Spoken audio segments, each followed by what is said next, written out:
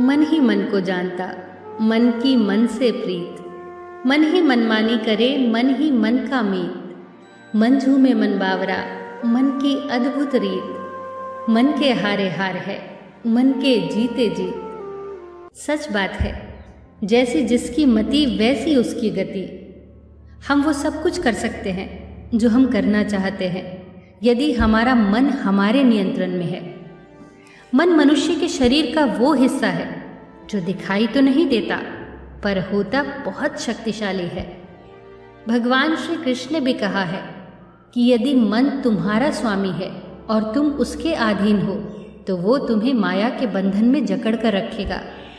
और जब तुम मन पर काबू पालोगे और उसके स्वामी हो जाओगे, तो वही मन तुम्हें मोक्ष के द्वार तक ले जाएगा। पर मन को दास बनाना इतना आसान कहाँ है। मन तो बंदर की तरह उछलता है, कभी यहाँ तो कभी वहाँ। वो तो वही काम करता है जो उसे मना किया जाता है। एक धोबी था, उसके पास एक गधा था, एक बंदर और एक बकरी। वो रोज गधे पर कपड़े लादकर उसे घाट ले जाता और बंदर और बकरी को घर छोड़ जाता। जैसे ही धोबी बाहर निकलता, बंदर अपनी रस्सी खोलकर उछल कूद करता, सामान इधर उधर फेंकता, जो कुछ भी घर में खाने को रखा होता वो खा जाता। और धोबी के आने से पहले बकरी की रस्सी खोलकर खुद को अपनी रस्सी में बांध लेता। और जब धोबी घर आता तो घर की हालत देखकर मार बकरी को पड़ती, क्योंकि बकरी खुली मिलती। बस यही बंदर है हमारा मन और बकरी है हमारा शरीर। नियंत्रित हमारा मन नहीं होता और भुगतना हमारे शरीर को पड़ता है। अब सवाल ये उठता है कि ये बंदर यानी हमारा मन जो उछल कूद करता है, बकबक करता रहता है, इसे कैसे रोकें? कैसे रोकें उन विचारों को जो लगातार हमारे मन को भटकाते रहते हैं, जो लगातार हमारे मन में आते रहते हैं।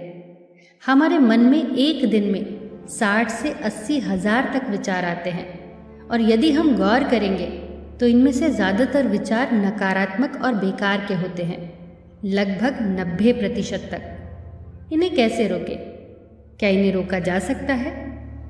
अगर हम सामान्य स्तर पर बात करें तो विचारों को मन या मस्तिष्क में आने से हम रोक नहीं सकते, क्योंकि मन में विचारों का आना तो स्वाभाविक है। जैसे शरीर में खून दौड़ता है और बाकी क्रियाएं होती हैं, वैसे ही मन में विचार आते हैं। पर हाँ, हम विचारों को नियंत्रित जरूर कर सकते हैं, और विचार नियंत्रित होंगे तो मन अपने आप स्थिर हो जाएगा। और ये होता है अभ्यास से, विचारों के प्रति साक्षी भाव से। साक्षी भाव का अर्थ हमें विचारों को देखना होगा, मन को खुद से अलग करके विचारों को देखना होगा, मन से एक दूरी बनाकर।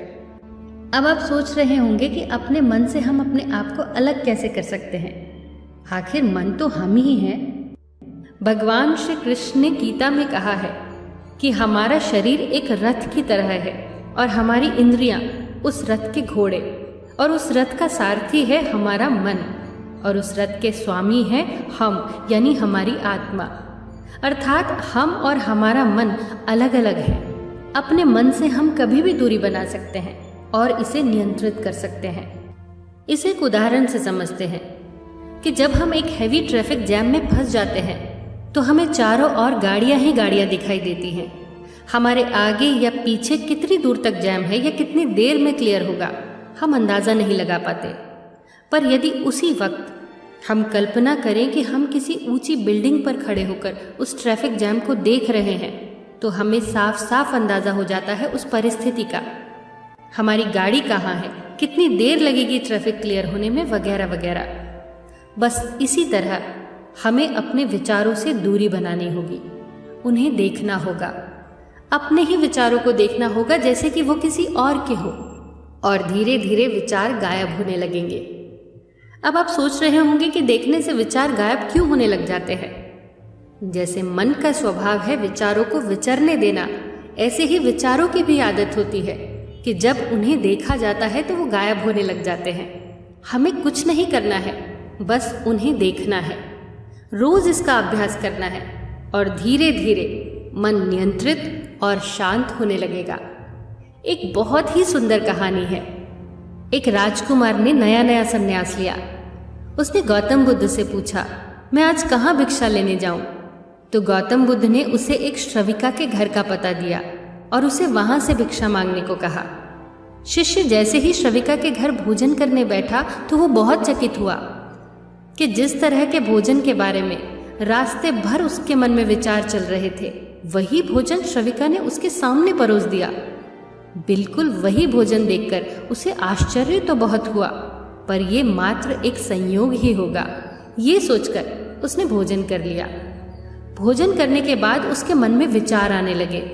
राजमहल में तो भोजन के बाद थोड़ा विश्राम भी करता था, पर आज तो भोजन करने के बाद इतनी धूप में वापस जाना होगा। वो ये सोच ही रहा था कि श्रविका ने कहा, भंते, भोजन के बाद तनिक विश्राम कर लोगे तो बड़ी कृपा होगी। भिक्षुक फिर हैरान हुआ, मेरे मन के विचार श्रविका तक कैसे पहुंचे? पर उसने फिर इसे संयोग समझा। श्रविका ने चटाई डाल दी। भिक्षुक विश्राम करने लेटा तो उसके मन में फिर से विचार आने लगे। कल राजकुमार था, आज भिक्षुक हूं। कल कोमल शैया थी, आज कठोर बिस्तर है। कल देखभाल के लिए आसपास सब थे, आज अकेला हूं। श्रविका दरवाजे से लौट ही रही थी कि वापस फिर मुड़कर बोली, भंते, यही तो जीवन है। परिवर्तन जीवन का नियम है और हम इस दुनिया में अकेले ही आए हैं और यहाँ से अकेले ही जाएंगे। बाकी तो सब मोह माया है। अब तो भिक्षुक चौंक कर उठ गया। अब तो इसे संयोग मानना असंभव था। वो घबराया और वहां से तुरंत जाने की आज्ञा मांगी। वो भिक्षुक तेज कदमों से गौतम बुद्ध के पास पहुंचा और जाते ही कहा, तथागत, मैं वहां अब कभी नहीं जाऊंगा। बुद्ध ने पूछा, क्या हुआ? क्या भोजन ठीक नहीं था? क्या सम्मान में कमी थी? क्या श्रविका से कोई भूल हुई? नहीं तथागत, कोई भूल नहीं हुई। भोजन मेरी रुचि का था, सम्मान बहुत मिला। वो भंते कहकर मेरा आदर कर रही थी, पर कृपा करें मुझे वहां न भेजे। वो श्रविका तो विचार पढ़ लेती है। तथागत ने कहा, मैं जानता हूँ, ध्यान के प्रयोग से उसका मन शांत हो गया है। अब वो दूसरों के मन के भावों का अनुभव कर लेती है। इस पर शिष्य ने घबराकर कहा, तथागत, तब तो उसने मेरे मन के सारे विचार पढ़ लिए होंगे। भोजन करते वक्त उसके सौंदर्य को देखकर मेरे मन में कुछ क्षण के लिए विकार भी उठे। उसने तो उन विकारों को भी पढ़ लिया होगा। मैं किस मुंह से उसके पास जाऊं? पर बुद्ध ने कहा, तुम्हें वहां भिक्षा लेने जाना ही होगा और तब तक जाना होगा जब तक तुम्हारा मन शांत नहीं हो जाता। ये तुम्हारी साधना का हिस्सा है। तुम बस एक काम करना, मन में जो भी विचार उठे, जो भी विकार उठे, उसे बस देखते हुए जाना। कोई भी भाव आए, काम आए, क्रोध आए, कुछ भी आए, बस उसे देखते जाना। भीतर से पूर्ण सचेत रहना, जैसे किसी अंधकारपूर्ण जगह में किसी ने दीपक जला दिया हो। अब तो भिक्षुक को जाना ही पड़ा। मन में बहुत भय था कि पता नहीं क्या होगा, लेकिन वो तो अभय होकर लौटा। कल डरा हुआ था, आज नाचता हुआ लौटा। लौटते ही बुद्ध के चरणों में गिर गया और बोला, धन्य है आप तथागत, ये कैसे हुआ? आज जब मैं भीतर से सजग था तो मैंने पाया चारों तरफ सन्नाटा है।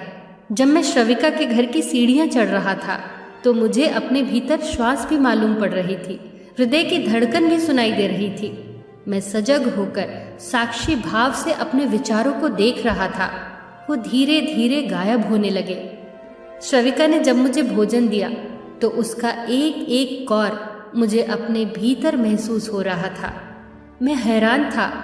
मेरे भीतर धीरे धीरे सन्नाटा होने लगा।